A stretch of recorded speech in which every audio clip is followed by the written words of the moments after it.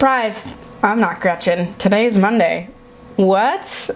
Gretchen is in Florida visiting her grandmother, so I told her that I would pick up the slack and try and do 2 videos this week. Let's see if I can do the thing, because sometimes it's hard for me to do 1 video a week, but I'm gonna try my hardest. I'm gonna do my best, I promise. I'm gonna try real hard. At least there's this one, so I'm already 50% there. Still enough, but 50%, you know, close enough. I wanted to talk to you guys today about what it's like to be children's lead in a big chain bookstore like Barnes & Noble. I had a bunch of people in this weekend because we had a huge author event. We had authors reading as well as signing books across the store. So I had a couple of children's authors. There, of course, were a whole plethora of adult authors on various spectrums of like fiction, nonfiction topics all over the board. And that was really awesome to see all of these people in our area that are super creative and passionate about certain things. But they did bring up questions that I thought were interesting to hear from. On top of just questions that I get every day from parents and grandparents and you know, what should kids be reading at what age, and do they have to be in this format or that format? Does it really matter? The way that I break down the store and the way that the company really has broken down the store is that, at least in the kids department, is that you start with board books, and board books are for babies. They are for ages 0 to 3. They're thick and a little sturdier because children that young are going to try and tear and bite and chew on the books, and that's fine. They're all supposed to do that. But you don't want to spend a whole lot of money on like a nice picture book just to have all of the pages torn out. Once they have learned to sort of respect the object, or, you know, these are the books that you read to them as aside from the books that they read to themselves, you can move on to picture books at 2 to 5 usually. The picture books and the board books are often the same stories. It's just the format has changed.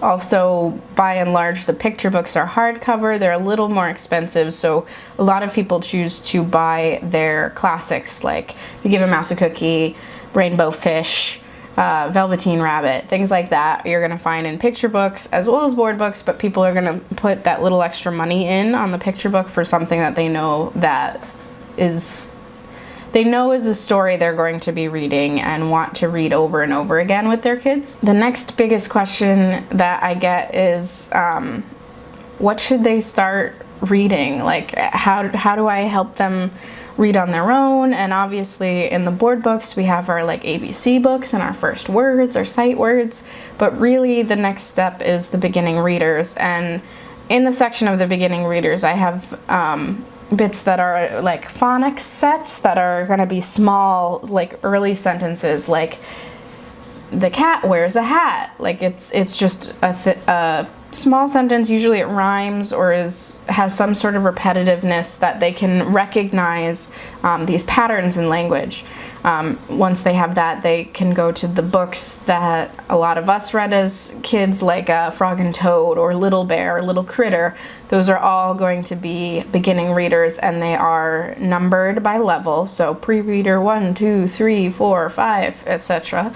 That's going to be for your 4 to 6 year olds. So you know, starting to read, wants to read on their own. They're cheaper little paperbacks that they can, you know, flip through and read over and over again. And there's stories that you can read with them, read together. When they're memorizing the story and trying to read it to themselves, that's a really good sign that they're getting ready to actually read. I had a teacher say that she recommends teaching them how to write their name, because then they can recognize the shape of a letter and the sound, and it has a meaning to them more than just the word cat. So like writing your name is like how you identify, right? Like you're putting these characters into a word that is you and you identify with, and then you keep going from there. Once they are sipping through all of those beginning readers, because they are quite small, you go around to the chapter books, which are I believe 5 to 8 5 to 8, I believe, is the range they have for chapter books, but obviously if you have a stronger reader, those age brackets are really just recommendations. Chapter books are things like Magic Tree House and Junie B. Jones. There's a whole lot of really interesting ones coming out. I liked The Story of Diva and the Flea, as well as Narwhal, Unicorn of the Sea. Bad Kitty is super popular, My Weird School, the A to Z Mysteries, things like that. They're all like these little stories, and they have these huge series with like 20, 10, 15, 16, 17, 18 books. They're all really small and short, and I don't think that for most of them they need to be read in order. So a lot of parents are like, oh, they read 1 and 2, I need 3, you don't have 3 in the store. And I'm like, there's no overarching plot. They're the same characters going on different adventures. So really you could pick any one and it would still be fine. They'll understand. It's not going to drop them out. And then the last section in my section is the young readers, which are 7 to 12, which does overlap slightly with the teen section, which is technically outside of my section, but I do get kids who've read some teen but are still at the young reader stage. Young readers is the biggest fluctuation in difficulty, I feel like, because you get these little teeny tiny books like The Story of Humphrey or Paddington or Clementine, and they're these tiny little books that look almost like chapter books but have a bit more content and maybe less pictures. And then you go all the way up to something like Harry Potter or the Riordan series, which are these huge chunky books that are very intimidating. And kids who are reluctant readers are sort of scared of the size of those, and the smaller ones that they would probably be more comfortable reading are hidden away next to these massive behemoth bricks, right? One of the reasons I have my job is so that I can pull out books that might work well for them. And I do try and stay on top of which books are transitional books, so which chapter books are kind of bigger or have more words and are a little more complicated, and which young readers are shorter but have that extra little bit of difficulty, that step up. When parents ask me whether they should be looking at young readers or teen titles, I say that the reading level is the same, because it is. The sentence structure, the grammar, the reading level between teen and young readers is exactly the same. The difference most people would say is the content. If you go to a teen title, it's more likely to have slightly older themes. You're going to get more romance. You're going to get, a little more violence, heavier topics, suicide, depression, friendship problems, relationship problems.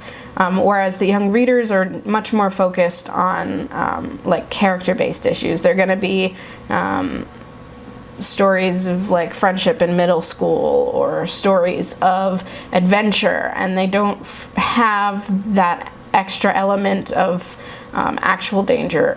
I don't know if any of you really care about that structure or which books are for what, or if that's obvious. I just wanted to talk about something that I get questions about a lot, because there are parents who have no idea, grandparents who have no idea. The first question I ask when they ask for a recommendation is, what is the age?